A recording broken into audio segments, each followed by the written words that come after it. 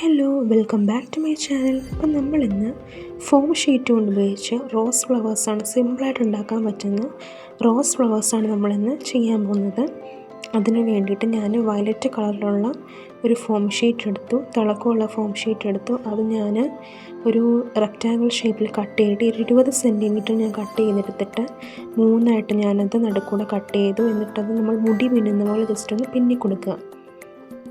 അതിൻ്റെ താഴ്വശം വരെ നമ്മളതൊന്ന് പിന്നി കൊടുക്കുക. പിന്നി കൊടുത്തിട്ട് അതിൻ്റെ അടിഭാഗം ജസ്റ്റ് ഒന്ന് ഒട്ടിച്ച ശേഷം നമ്മൾ മുടി പോലെ നമ്മൾ പിന്നിയിട്ട് നമ്മൾ ജസ്റ്റ് ഒന്ന് ചുരുട്ടിയെടുക്കുക.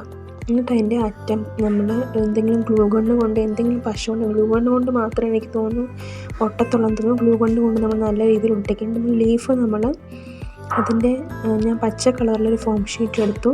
ജസ്റ്റ് ലീഫ് ഞാനൊന്ന് വരച്ചു കൊടുത്തു. എന്നിട്ടത് അതേ ഷേപ്പിൽ, ലീഫിൻ്റെ ഷേപ്പിൽ ഞാൻ വെട്ടിയെടുത്തു. എന്നിട്ട് ഇത് നമ്മൾ ആ ഫ്ലവർ ആ ലീഫിൻ്റെ മണ്ടയ്ക്കോട്ട് വെച്ചിട്ട് ജസ്റ്റ് ഒന്ന് ഒട്ടിച്ചെടുക്കാം. അപ്പം നമ്മുടെ ഫോം ഷീറ്റ് കൊണ്ട് ഉണ്ടാക്കിയ റോസ് ഫ്ലവർ തയ്യാറായിട്ടുണ്ട്. വളരെ സിമ്പിളായിട്ട് നമുക്ക് ഉണ്ടാക്കാൻ പറ്റിയ ഒന്നാണ്. എല്ലാവരും ഇതൊന്ന് ട്രൈ ചെയ്ത് നോക്കാം.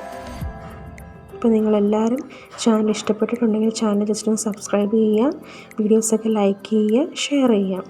Thank you.